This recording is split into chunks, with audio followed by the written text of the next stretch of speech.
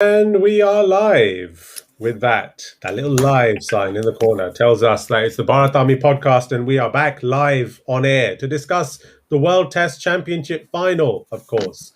And this is our bowlers special podcast. It's going to be something that we're going to be talking about, which is a little bit of a happy area for India fans now. Our bowlers, they're finally good. Something that we've been waiting for so many years. And finally, we've got a decent bowling attack. We've got plenty of cricket connoisseurs on this podcast to be able to talk about their views and discuss which bowlers they think should be going through to the World Test Championship final. So let's see who we've got. We've got Sanjit back on the podcast, podcast regular at this point now. Sanjit, how you doing?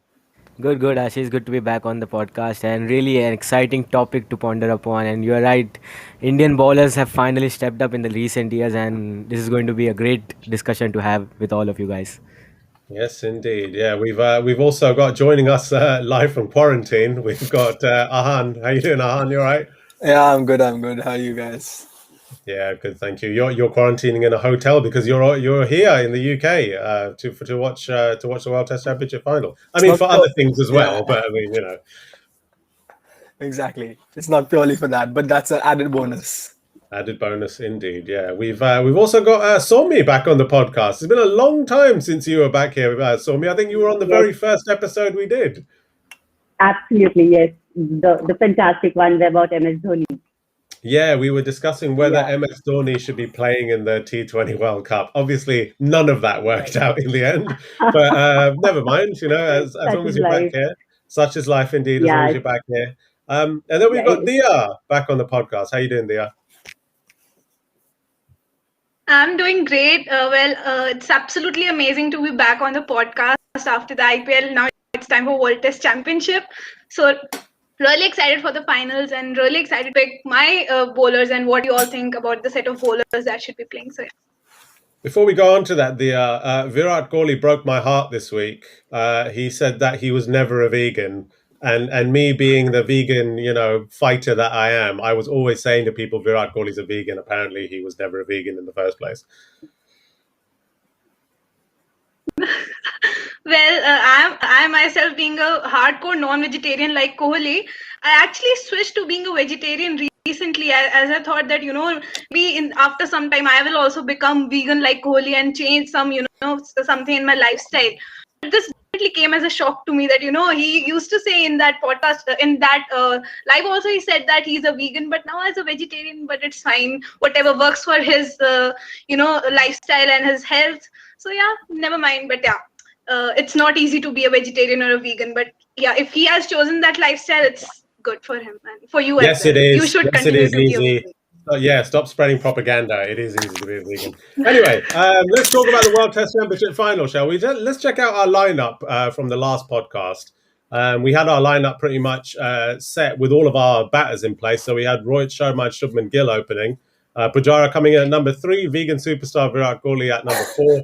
Ajinkya Rahane after that, Rishabh Pant is obviously our wicketkeeper. So our bowlers, we've obviously said that Bumrah is the one in place. Who is kind of irreplaceable, really. He's arguably the best fast bowler of his generation, Indian fast bowler of his generation. So let's discuss. Let's get straight into it, shall we? Let's talk about the spinners first and foremost. We've got a plethora of spinners to pick from, but I think it's fair to say that really Ashwin and Jadeja are having a real swan song in their careers at the moment. There was a time when they kind of looked like they were getting phased out. People were looking at, the likes of Chahal and Kuldeep, and then that didn't work out. So let's just take a look at Ashwin's stats for a moment. These are his stats for the World Test Championship so far. He's played 13 matches. He's obviously scored a fair amount of runs as well that he's chipping in. 67 wickets and 4 5-wicket hauls. That is eye-watering stats right there. Ashwin is having an incredible time of it at the moment. Let's take a quick look at Jadeja's stats as well, because those two really are going to be our two main guys, we feel. He's played 10 matches in the World Test Championship, 469 runs, so he's contributed with the bat as well. 550s as well, and 28 wickets. I'm going to talk about Jadeja for a little bit here, because I've been long saying that he is the greatest cricketer of all time. It's him, number 1, Donald Bradman, number 2, and Sachin Tendulkar, number 3. I asked this question about Jadeja. I'm going to talk about him first before we move on to Ashwin. But with Jadeja, can anybody name me a player who can bat, bowl, and field as good as him in all three formats? Is there anybody who comes close to him in the modern day? Possibly not from the planet Earth. Not certainly. Not certainly. Ben And Stokes, maybe. The thing is, Rishi mentioned Ben Stokes last time. I think Ben Stokes' days as a bowler in the longer formats are coming to an end. And plus, I would say that Jadeja's probably a better fielder than Ben Stokes Sorry, is. were And we Ben watching the Stokes, same England-India series where he was bowling himself into the ground because his captain kept giving him the ball? yeah, that's his captain's fault. He couldn't bowl. That was the problem. But anyway, let's not talk about Ben Stokes because we could be here all day. Sanchit, let's get you started. Talk to us about Ravi Jadeja and how important he is in this team.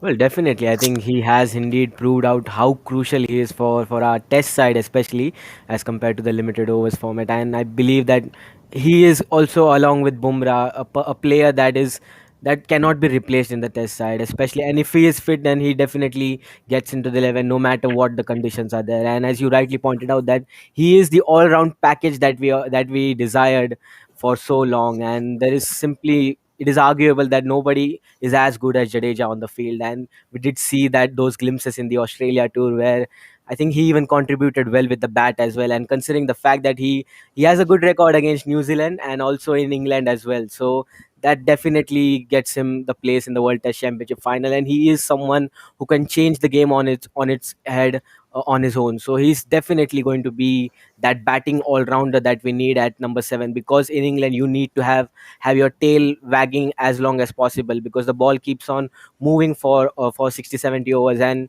you need to have a strong batting core along with proper tail enders as well. So Jadeja could be that batting all-rounder that we require. So I believe that he is going to be a player that is irreplaceable in the test side, at least for the next couple of years. Yes, indeed. Yeah. Somi, what's your views on Jadeja?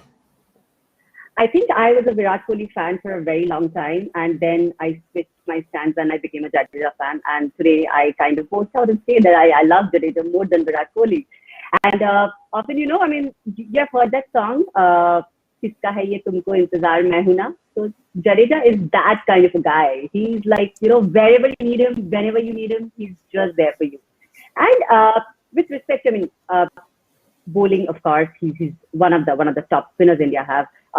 His batting, he can be a equal batting prowess as somebody like Hanuma, somebody like Washi. I mean, there's absolutely no doubt about it. With the fielding, I think he's one guy who would save you 20 runs every single day on the field. And those run-outs like the ones of Steve Smith, I mean, class. So there's absolutely no doubt about that for Jadeja in the WTC finals. Just there's no comparison at all. And with the kind of form that he has been carrying over the last few years, he's just reached another level probably. And if I might say that, I haven't seen somebody like him in Indian cricket ever. Somebody does say that maybe a Kaif or a Yuvraj Singh could have been one, similar kind. But I would say that Jadeja is probably one of the top-notch players India have produced. Yes, indeed. Yeah. Ahan, Ravi Jadeja, you obviously mentioned Ben Stokes there, but I would say Jadeja is a better T20 player than Ben Stokes as well, is what I would say. But yeah, Jadeja, what's your thoughts on him? I mean, obviously, as everyone has said, he's special. He's really important to this team. And I think they discovered something in Australia this year, which is that you can actually have him batting at 7, which allows you to play 2 spinners and 3 seamers in most conditions around the world. And because both are spinners bat, that makes it an even better proposition. So I think Jadeja is very important to the balance, and especially additionally, given that Hardik Pandya is not on this tour, we don't really have an all-rounder to replace him. I mean, we've got Washi and Aksar, but they don't. Washi doesn't bowl as well. Aksar doesn't bat as well. So I mean, Jadeja is kind of key to the balance in this team. So I think we need him to stay fit for all 6 tests, because we could really use him. Indeed, yeah. Dia, what do you think about Jadeja? Well, absolutely. As everyone mentioned, that he has been a vital cog for our team since a very long time, especially in Test matches. So whether it's batting, bowling, fielding, and everything. But I really, along with that, I feel the kind of pitch that AGS bowl is expected to be. I really feel the pitch is going to slow down with time, with it as innings will pass by. So with the pitch slowing down, the spinners will definitely come into play. And New Zealand, except for Kane Williamson, I really don't feel any other batsman that can play spin that well. And if we have one of the best spinners, so why don't we make the best use out of them? And and they have shown their batting prowess as well. So I think they both Jadeja and Ashwin will be really vital for us, especially Jadeja. I think his record against New Zealand has been great. So because Ross Taylor is also there in the team, and I think he has got him a couple of times, so that might favor us. So yeah, it's great to have him in our team. Yeah, well, let's actually take a look at those stats with Ross Taylor against Jadeja and what their head-to-head looks like. We've got some of those stats available for us to take a look at. So there we go, 28 runs that Ross Taylor has made against Jadeja, 80 balls, two dismissals, and only 3 fours. So yeah, Jadeja is kind of getting the better of him at the time being. That is what we like to see. So let's talk about the other ingredient to this spin twin duo, and that's obviously Robbie Ashwin, who another guy who at one point looked like his place may be in trouble, but he has kind of come back roaring into this Indian team, and in a way that I think has kind of shocked all of us, really. But we love to see it. Let's take a look at Ashwin's stats really quick for the World Test Championship. 13 matches, like I said, 295 runs, 67 wickets, and 4 5-wicket hauls. I think we can have a quick look at what his battle stats are against Kane Williamson as well. 146 runs, 242 balls, 5 dismissals, and 15 fours. So, Williamson has fared a little bit better against Ashwin, I think it's fair to say. But, 5 dismissals is going to play a lot on Kane Williamson's mind, and he is such a key batsman for them. Sanchez, Ravi Ashwin, what a comeback he's made. Definitely, and to be honest, before starting off with this podcast, I was expecting a debate on whether to go in the final with 4 seamers and just 1 spinner. But I'm glad that that belief has put down the drain, because even I agree with the combination of 2 spinners and 3 seamers is the perfect way for our team to go forward, because that actually suits our combination really well, and we should play to our strengths. And possibly Jadeja and Ashwin, that spin duo that we have, are actually the best in the world right now currently, and we cannot drop either one of them because we know the importance of what both of these players carry. And as you rightly pointed out, Ashwin has really turned it around, especially in the way how he performs overseas. Previously there were doubts about his performances away from home, especially away from Asia. So that has actually been a great thing for Ashwin to come back after that 2018 England series, and the way he performed there, foxing players like Alistair Cook on the outside off stump. I mean, we cannot drop someone like Ravi Ashwin. I mean, he is actually the most intelligent cricketer that is currently playing in the modern times, and I really believe that these two players, Jadeja and Ashwin, are the essence of our bowling, along with the fast bowlers, of course. But without these players, I think we're lacking that, let's say, if things go wrong with the fast bowler, then these two players, along with their experience, can drag us into the game on their own. So we definitely need to have a 2 spinners combination to New Zealand, especially after seeing what is currently happening in the New Zealand versus England series, where the New Zealand batsmen aren't exactly tested against quality spin, because England are not playing with a spinner since they have dropped lead. So maybe Ashwin could be the one to fox a player like an informed player like Conway and even Tom Latham, since both are left-handed. So I'm really vying to see both the spinners in action in the final. God, I wish you could just talk to both of them, and then you'd be able to get their tails up just with that speech. So the 4 seamers, 1 spinner theory is one that's been going around for a bit. Does anybody think that we should go for 4 seamers and 1 spinner, or has everybody agreed that we should have 2 spinners? Absolutely not, because of the fact that number one, the New Zealand team doesn't have so much of experience playing around with the spin. So definitely there's a psychological advantage going in there. The best kind of practice that they're getting, Conway recently mentioned that he has been putting kitten litters on his pitch and his practice places, and he have been trying out spin bowling, mocking up kind of conditions according to with that. So I think that's the kind of best practice that they are getting, and of course that's no match to our excellent spinners in Ashwin and Jadeja. So yeah, that's definitely one part of it. Second part of it is coming from the conditions of Southampton.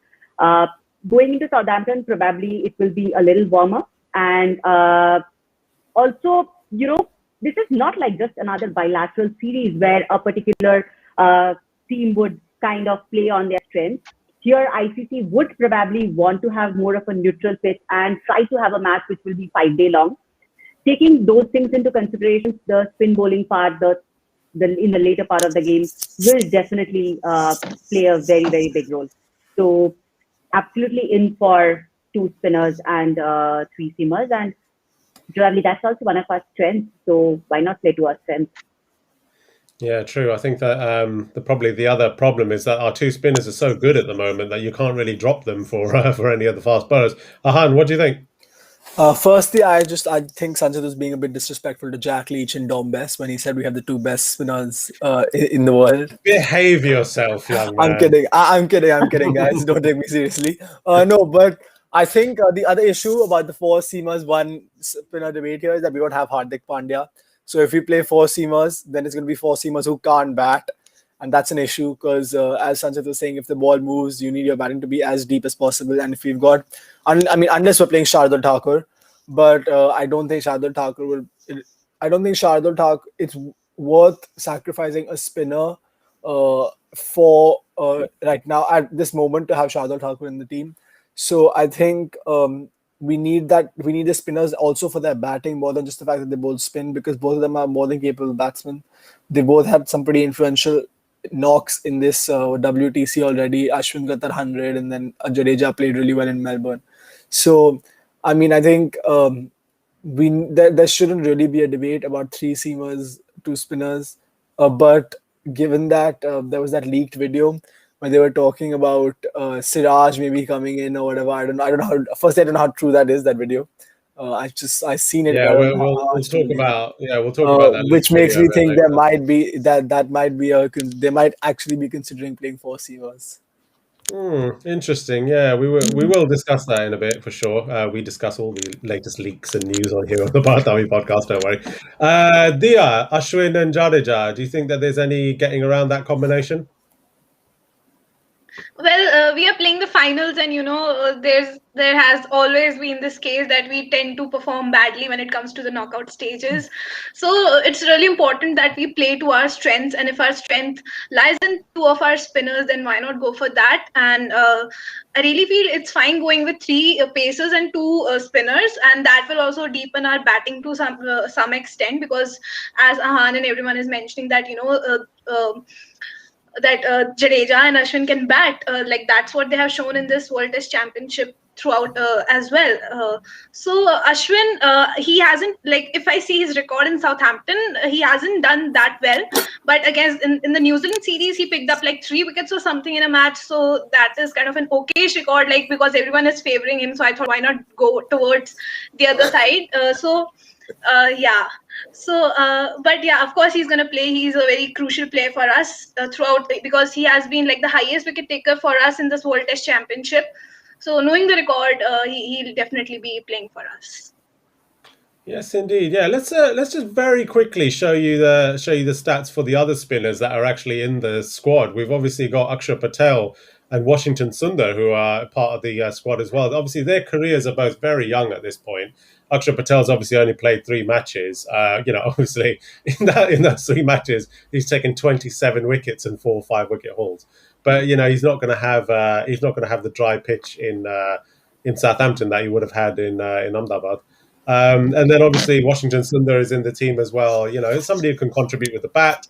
And his heroics in Australia have not been forgotten. But I think it's fair to say that our selection for the 2 spinners going into this World Test Championship final are going to be Ashwin and Jadeja. I don't think you're really going to be able to get beyond that. So there you have it. Ashwin and Jadeja are making our Bharat Army predicted 11.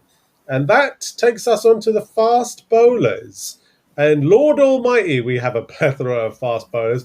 Obviously, Bumrah is already in the team. Let's just take a quick look at Bumrah stats just to remind us how good this guy is. So he's obviously played 9 matches, 34 wickets, average of 22.4.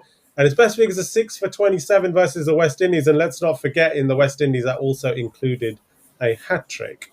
I don't really know what much more we can say about Bumrah, really, Sanchit. He is, like I said, probably the best Indian fast bowler of his generation and could, by the end of his career, be the best Indian fast bowler of all time. Definitely, I think the less you talk about Bumrah, it is less for his appreciation. I mean, we are so blessed to have such a, let's say, in-depth bowling lineup since the last couple of years, and that has to be Bumrah's presence in the Test squad has to be an icing on the cake. I mean, for years we've been vying for a premium pace attack whenever we toured overseas, and finally we have got that. So the dreams have indeed come true, and I think Jasprit Bumrah is an exceptional player, and if he could keep himself fit for the later half of his stages, and then I believe that he could even end up being the best bowler in the world by that point of view. And I think there is no replacement for someone like Jasprit Bumrah, irrespective of whatever format you play. I mean, you know that you can compare the stats and everything, but seriously, if you think about it, there is no replacement for someone like Jasprit Bumrah in either of the format. That guy is exceptional, and he could hold the X factor for us in the longer run. So he definitely makes my 11, and I'm sure that all of you also might agree that he will definitely make the 11 in almost all the cases and in almost all the conditions. Yeah, let's just very quickly take a look at Bumrah stats versus Kane Williamson, because Kane Williamson really is the one player who has kind of troubled Bumrah a little bit. He's got him out twice and stuff, but he scored 33 runs on 57 balls, 6 fours as well. So Kane Williamson is the one player, I suppose, who kind of we saw it more in the white ball really than the red ball, but he kind of has got the better of Bumrah at times. Ahan, what do you think about that lineup of Williamson going up against Bumrah? I mean, Williamson is world class. There's no doubt about that. So I don't think it's the worst thing in the world to be having an average record against Kane Williamson. And I don't think two wickets and 57 balls and 33 runs. I'd say it's a 50-50 battle at this moment. Yeah, that's fair. And the next installment will be the one that decides who's up in that battle. So I think, he for sure he's the strike bowler in our lineup. Wherever we play, he except maybe in India, but he is the most important bowler because he brings a variety that not a lot of people are used to. And I was watching this analysis yesterday on Sky Sports where they were talking about fast bowling and how to bowl and what's the right way to bowl fast bowling. And they were talking about how in the UK, even it's a good thing that they got everybody who bowls like seam up with a high arm action, but Bumrah is a bit different, and that gives him a variety which makes him a bit different from anything that people face regularly. I mean, I know he's been around for a while now, but I still think that action, because they don't face it regularly, it takes a bit of getting used to every time you play it. So I think he definitely holds a key for India, and if he can take some of the top order wickets, that will set us on our way. So I think he's the most important for sure. Yeah, indeed. I don't know if many of our listeners are old enough to remember when Waqar Younis would bowl in English conditions, but of course he had a very unorthodox action and was very, very successful on English shores. Yeah. So hopefully Bumrah can follow in that regard. Somi, Jasprit Bumrah, he is one special talent. Absolutely. And, coming back to these oldies like us who have been really crying over not having a great Indian pace attack for a very, very long time, starting watching cricket in the 90s. And then when you get this kind of a crop of this entire, we had Kapil Dev, we had Irfan Pathan, we had Zahir Khan, but we got pacers and individuals as individuals. We didn't really have this crop, and we didn't really have this richness of picking and choosing from a clan of 6 world-class bowlers.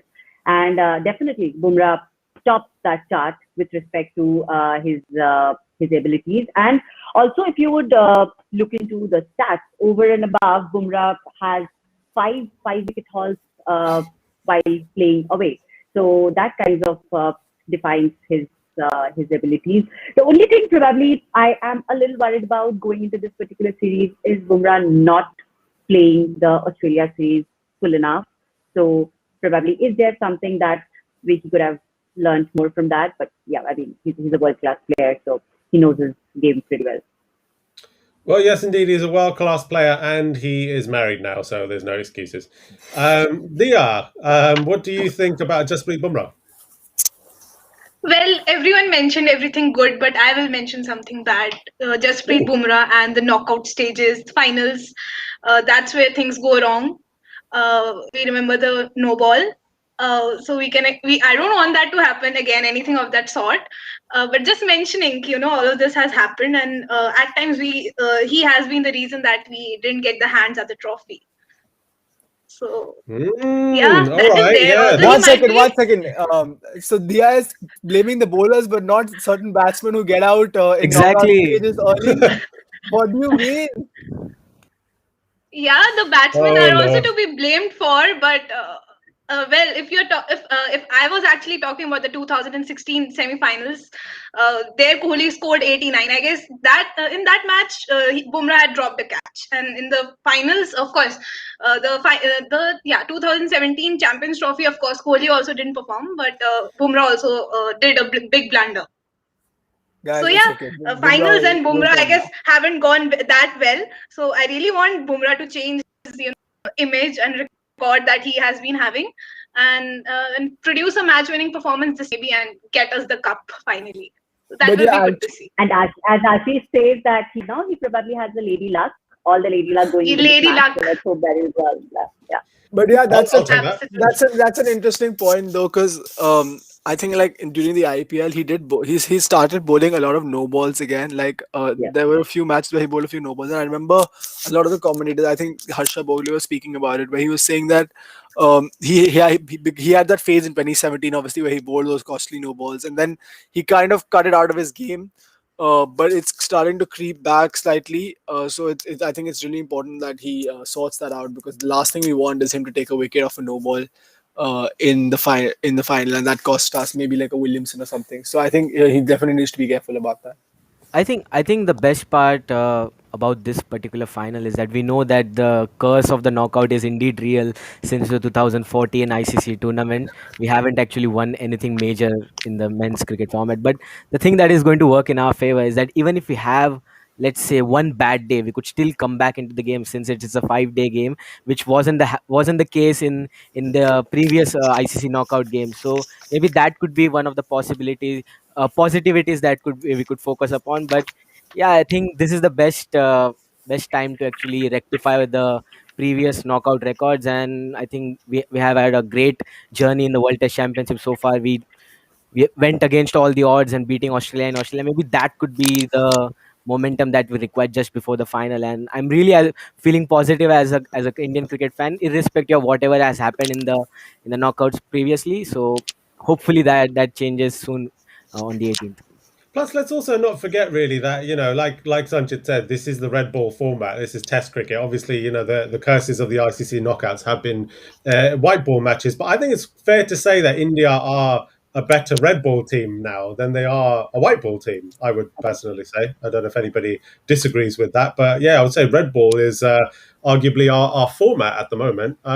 So, I mean, we could talk about Bumrah all day and his no balls and stuff. But, he does have backup in this World Test Championship final. He's got backup in case his the foot goes over the line, which we certainly hope won't happen. And one of those backups is the veteran at this point, the leader of the attack, Ishan Sharma, who has really become this leader of the attack. 11 matches in the World Test Championship, 36 wickets, an average of 17.4, and a best figures of 5 for 22 versus the mighty Bangladesh. So Ishan Sharma, we've actually got some stats of his encounters with the other batsmen as well. This is Ishan Sharma versus Latham, 2 dismissals, only 9 runs from 36 balls. So Ishan Sharma versus Latham is certainly something that we're going to want to see. And here is Ishan Sharma versus Ross Taylor here. Obviously, they've faced each other a lot more, 178 balls, 116 runs. So Ross Taylor faring well against him, but 4 dismissals. There's 19 fours in there. But, once again, it's fair to say that Ross Taylor has, done well against him, but a little bit 50-50. Ishan Sharma, the veteran of the attack, we're going to be depending on him quite a fair bit, I think, in this World Test Championship final for that experience. Yeah, I think Ishan Sharma honestly is one of the most underrated cricketers in the Indian cricket team. Everyone was having a field day before like 2016, 2017-ish, just like roasting him whenever he did something wrong, whenever he used to bowl badly. It was everyone's favorite pastime to roast Ishan Sharma. But I think since then, when he's turned it around, I don't think enough people give him credit for the fact that he's managed to turn it around the way he has. And he's really turned it around. Like I think he's become one of the best bowlers in the world, even he's probably in the top 10 fast bowlers in the world now. And I think more than anything is because of his consistency. He's one of those, not even Bumrah can bowl the kind of long spells that Ishan Sharma does. So I think we need him just because he's the kind of guy who can give us control from one end and even pick up wickets with the way he shapes the ball, and then that allows us to go on the attack on the other end with Bumrah. We'll get to whoever's playing alongside Bumrah and Ishan, but I think Ishan Sharma is a vital cog in this wheel because he gives the long spells, and I think Kohli really, really trusts him. Like Kohli loves Ishan Sharma. He thinks he rates him very highly, which is a good thing. He deserves it. But I think so. He's very important, and we need to make sure that he is coming into this tournament in form. And I think, look at the England Test series in India. He bowled beautifully on like maybe less helpful conditions. He was moving the ball even there. So I think, we need him to fire. Yes, indeed. Yeah, Sanjit, one of the things that's so vital about Ishan Sharma's comeback in current spells and how he's taken such a leadership role is the way that he bowls to left-handers. Obviously, we just saw those stats of him versus Latham, but the way that he's now transformed his game into bowling to left-handers, especially with he bowls like this leg cutter that drags back into the left-handers now, which is something that he's developed. It's been a massive, massive benefit for us. Definitely, and if you have to think about Ishan Sharma's career in Test cricket, you have to see it in two halves: before 2015 and after 2015. And let us focus upon what kind of a turnaround he has had since the 2015. I think it was the Lanka tour where he bowled exceptionally well, and he, as Ahan rightly said, that I really agree with him that he is always that underrated bowler that goes amongst the fans' praises. Whenever we talk about our bowling spells in those subcontinent pitches, we talk about the heroics of Ashwin and Jadeja's, but we rarely talk about how well Ishan Sharma bowls in those matches as well. So we had seen that happening in the recently concluded England series as well, and also he is also someone who has actually transformed his game since that 2015 period. In terms of the way how he bowls as well. So previously we used to see our fast bowlers being bowling being the hit the deck bowlers more. So we used to see our bowlers whenever they used to bowl in pitches like Australia, they used to just bowl bouncers and everything. But since then, I think he has transformed really well, and he has actually become one of the most disciplined test bowler in the world right now. And I think his record speaks for itself. In the last England tour that he went in 2018, he got, I think, around 32 wickets in 8 matches at an average of 25, which is staggering. And we don't talk about Ishan Sharma's appreciation much more often, and we should actually celebrate the career of Ishan Sharma more, I believe, because when we talk about the debate of having someone like Siraj in the team, it shouldn't be at an expense of Ishan Sharma. Ishan Sharma, I believe, in my team and hopefully in most of our teams, is going to be the second bowler along with Jasprit Bumrah, and the place that is going to be debated is between Shami and Siraj. I think Ishan Sharma is not someone who could be replaced right now because he's an experienced figure, and he will hold the key for us in the final as well as the England tour, which is just coming up really soon. Yeah, Dia, does Ishan Sharma make your final 11? Definitely. And I saw this match, India versus New Zealand in 2020. He picked up this 5-wicket haul where he got the openers out, the middle order. So he has, a good record against them. So that is a plus for us. So he is definitely there. And as Sanchit mentioned, him being a hit the deck hard bowler. So in Southampton, the pitch is like that where there is bounce on the pitch. So you would need a bowler like him who can provide that extra bounce because they have the likes of Kyle Jamieson with them. So we have Ishan Sharma with us, although not as tall as Kyle Jamieson is, but still what we have got is one of the best. So yeah, definitely going on with Ishan Sharma as my second pacer. And his record is also good against them. His, the way he has worked on his wrist arm action, so that is also great. So yeah, he has become a really improved bowler, one of the veterans for Indian cricket team. So yeah, he is definitely there in my team.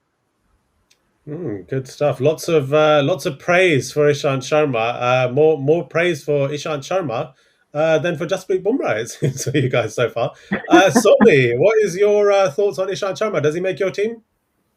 Yes, and for a different reason. If I have to romanticize about Ishan Sharma, I would probably look at one of the best test matches in between New Zealand and India played in Auckland in 2014.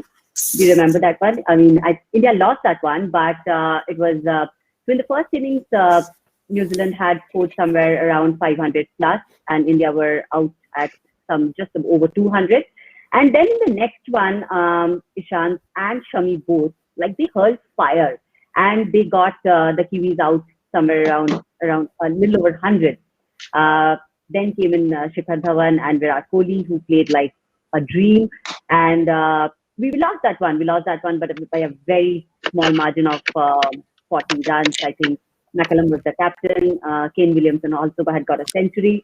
But yeah, I mean, the class that he showed in that match, I mean, playing in Auckland in that kind of a condition, and then coming back from a 300-run deficit, and then getting the Kiwis out at 100 in their own soil, it required a lot of character.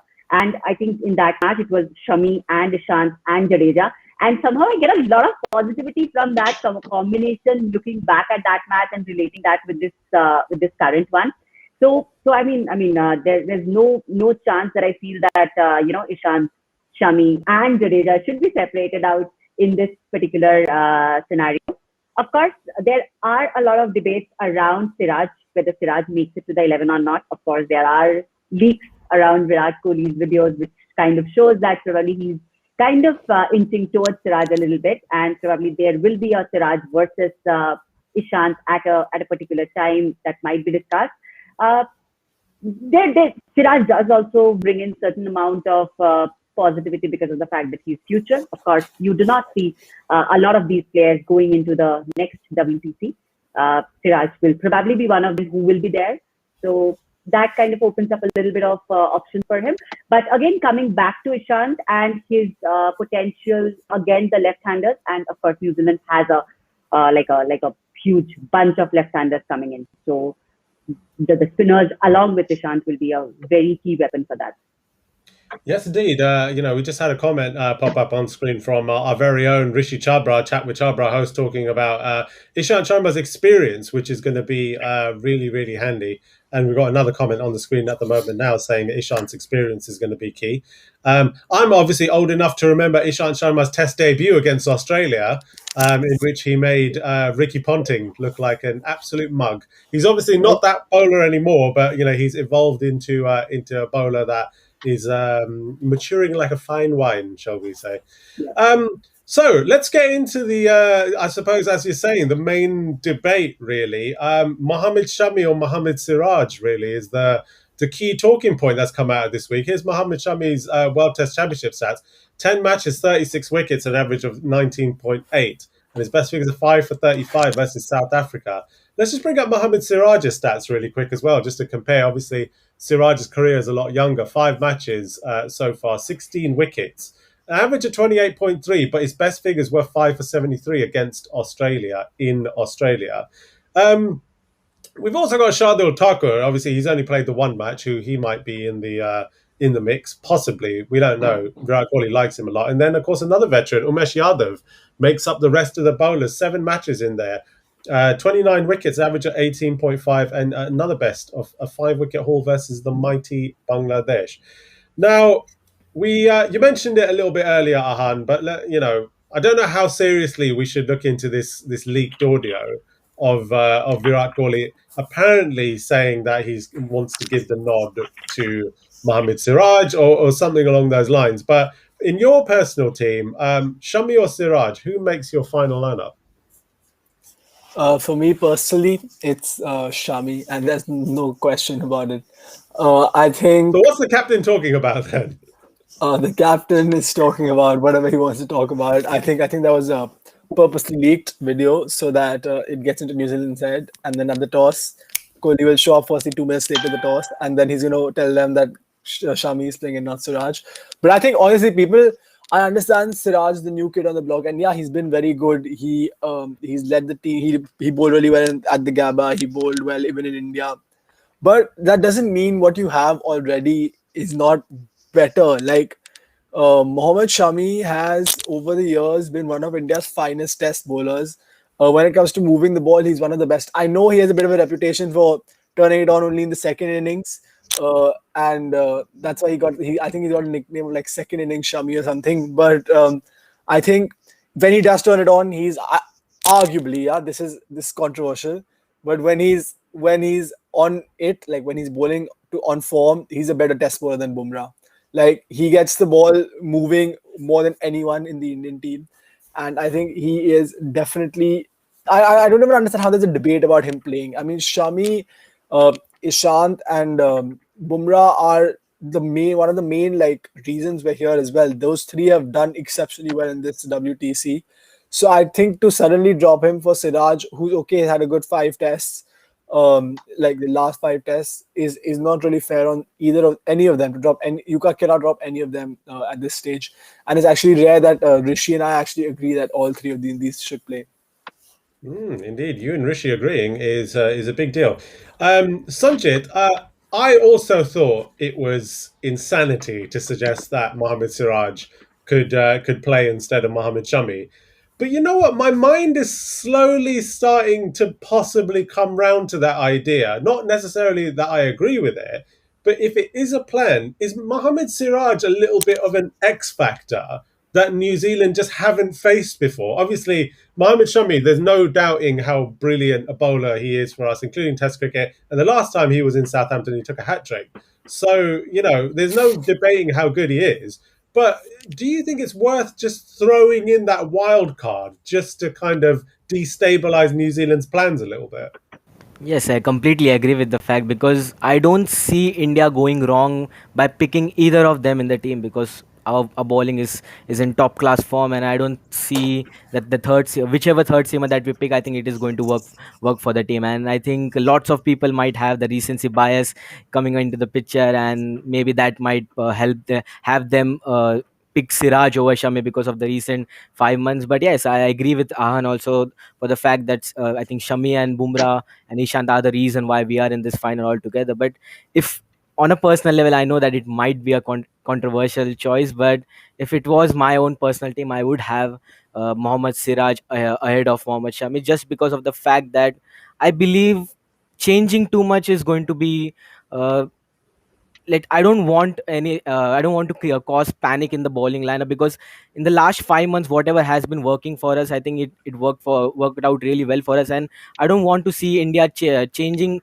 too much of what has been working since that Australia series. I know that Shami has been top class, and to be fair on Siraj as well, I think he hasn't done anything wrong to be dropped as well. And the best part about Siraj is that he brings in that unpredictability factor in him, and as you rightly pointed out, Ashish, that New Zealand haven't exactly faced him in the international circuit as well. So maybe that could be the X factor that we need ahead of a big final. And Shami, I think, as I said earlier, that we couldn't possibly go wrong, to be honest, by picking either of them. But Siraj just brings a whole different energy into the team. And to be very honest, I think the way how he performed since that debut in Australia, he hasn't done anything wrong, especially bowling on the pitches like Australia, where it wasn't actually favoring him much in terms of the getting the swing, but he bowled really well when it was seaming as well. He got the ball moving away from the left-hander as well, and that could be working in our favor ahead of the World Test Championship final. So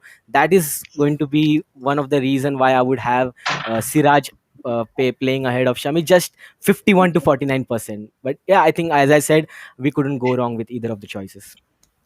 Ahan, you had your hand up there.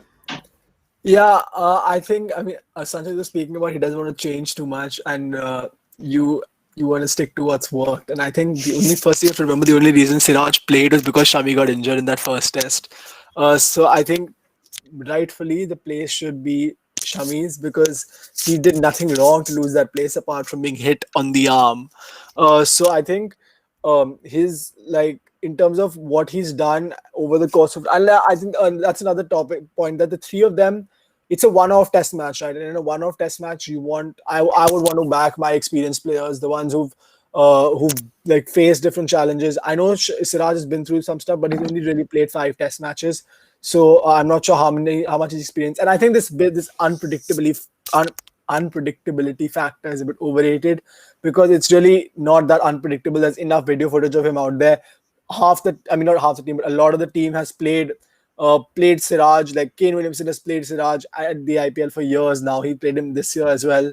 And I know it's a different format, but it's still like you get to know what kind of tricks the guy has up his sleeve.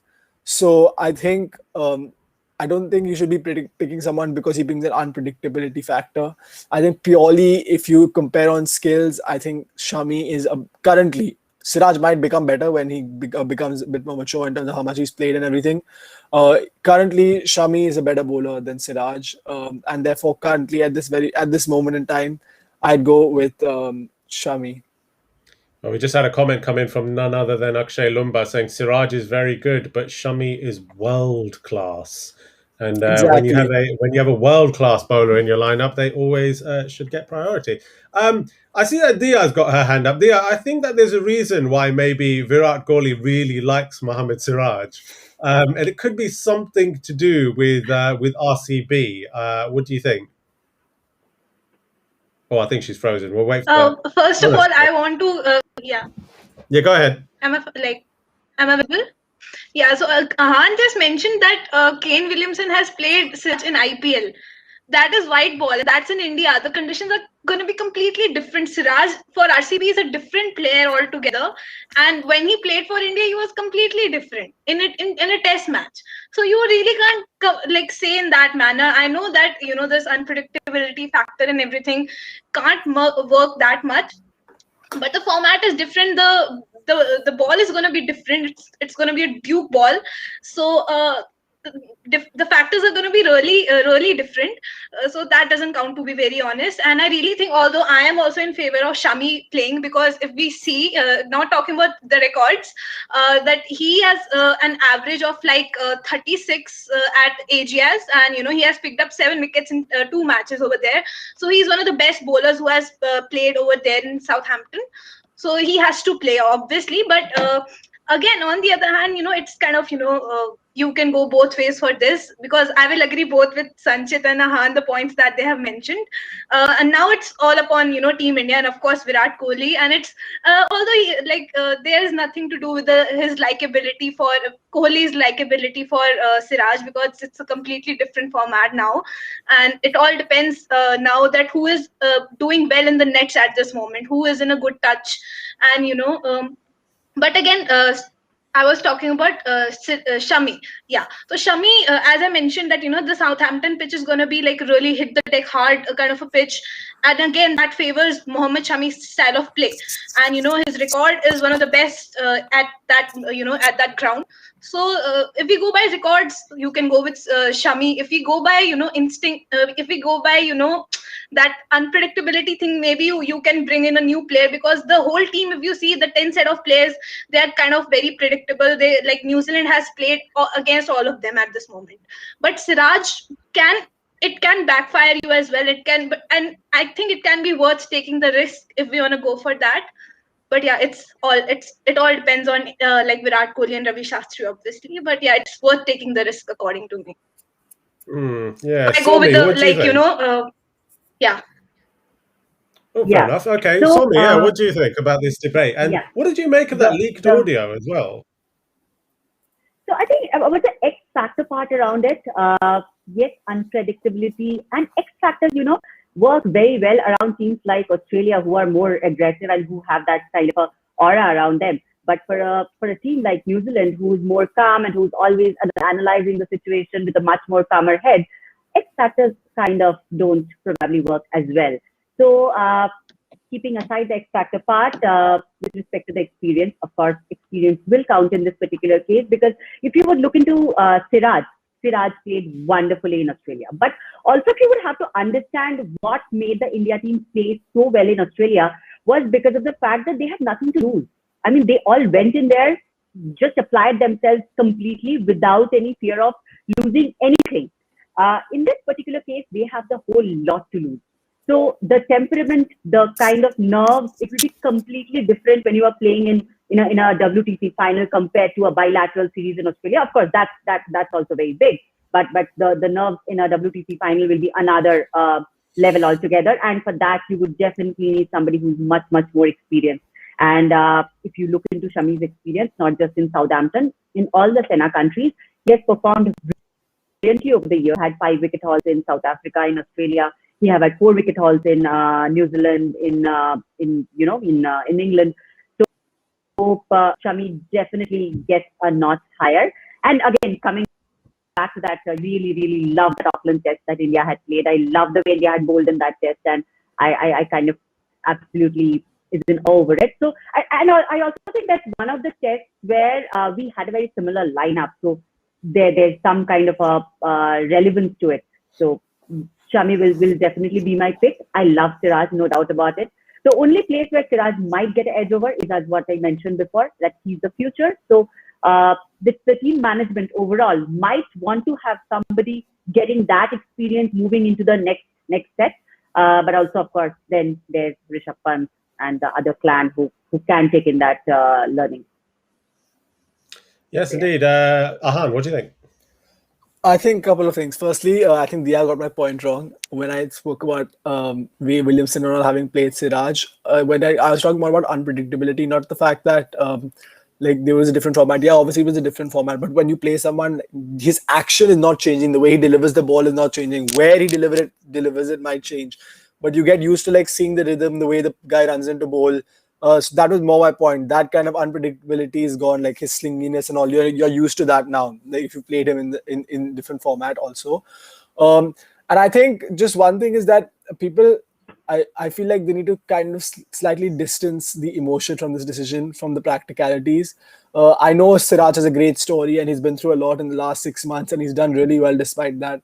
But I think purely practically, if you're considering the decision at this moment in time, Shami is the better bowler and therefore Shami should play ahead of Siraj. I have nothing against Siraj. I think he's a wonderful bowler. I think he'll become a top bowler over the course of his career. But I think at this moment in time, I don't think we should be building to the future or anything. It's time to win the tournament right now. And therefore, I'd back the 3 most experienced bowlers that we have who I believe will deliver. And I know someone in the comments actually said that we should drop Ishant and play Siraj. I think that is the worst decision they can make. If there's one fast bowler, that's insanity. If there's one fast bowler we should not drop, it's Ishant, honestly, because he's the only one who can bowl long spells and he can keep bowling and he's as I said, I mean, that just proves my point what I said earlier, that he's one of the most underrated players for the Indian team. People feel that he's very easily replaceable, but actually you realize when he's not playing that it's actually very, very, very tough to replace him. Yes, indeed. On our Instagram live, actually, we're obviously asking the question of who should be playing in the World Test Championship final, and we just got a slew of messages in response saying MS Dhoni. Let it go, everyone. Let it go, guys. The current keeper is better than MS Dhoni ever was in his Test career. Sorry, it's just facts. I think that's pretty much facts as well, if I'm being honest with you. Anyway, so moving on from MS Dhoni. So everyone. Our 5 bowlers that we're going to have: Ashwin, Jadeja, Ishant, Bumrah, Shami. Is there anybody who does not think that should be the 5? Hands up if you agree with that 5. So Sanchit is do you agree with that 5? Yes. Yeah. Okay. Sanchit is the only one who is holding a candle still for Mohammad Siraj. Is that correct? Yes. Yeah. Okay. All right. Fair enough. Sanjay, one second. I just want to ask Sanjay if it's got something to do with the fact that Mohammad Siraj wore a headband for a long time in his career. That's the reason. It's okay. So you have figured it out finally. See, Sanjay, if I may say might be with respect to the RCB connection, but the Kylie Jemison might have taken back a few Khufia secrets out of Siraj and taken back and kind of, Yes. the black caps already know something. So A spy in much the more, ranks of RCB, perhaps. Yeah. Jameson's got all the traits for it. He even refused to bowl to Kohli in the net. He refused to bowl to Kohli in the nets. Very clever, that one. Sanchit, I hope that Mohammad Siraj approached you for permission for wearing a headband. I have to say. Well, with that is our lineup, and we will be showing you our lineup very shortly at the end of this video. Everyone, our full Bharat Army 11 who are going to be in the final of the World Test Championship. And just in closing, obviously, we'd like to send our best wishes, really, for the Indian cricket team, who have arrived now in the UK on this sunny weather, this sunny day we've got outside in the UK. They're in Southampton, self-isolating in the hotel. The World Test Championship began August 9, 2019. August 2019 is when this journey began. And it's been a hell of a journey to get to the final. The world has changed beyond recognition since August 2019. Obviously, nobody foresaw what was going to happen in the ensuing years. And the Indian cricket team are now, self-isolating, like I said, with this new world of COVID and bio bubbles and all of that rest of it. And it might seem quite lonely at times, I guess, for them. But one thing we can promise them is that they're not going to be lonely during the World Test Championship final, because we are going to be there. The Bharat Army are going to be there in the stands. And I promise one thing to Virat Kohli and the rest of the boys. We are going to turn the Ajias Bowl into a blue cauldron of fire for the New Zealand team when we are there for the World Test Championship final. And although there might not be the huge numbers of us there because of the COVID restrictions, we're not going to be as high a flames as we usually are. But what we are going to be is a 5-day low simmer going throughout the entire test match. And we will be there for them the entire way so that they will feel like their Bharat Army family is with them. And low simmer, as they say, will always lead to the best ingredients and tastes.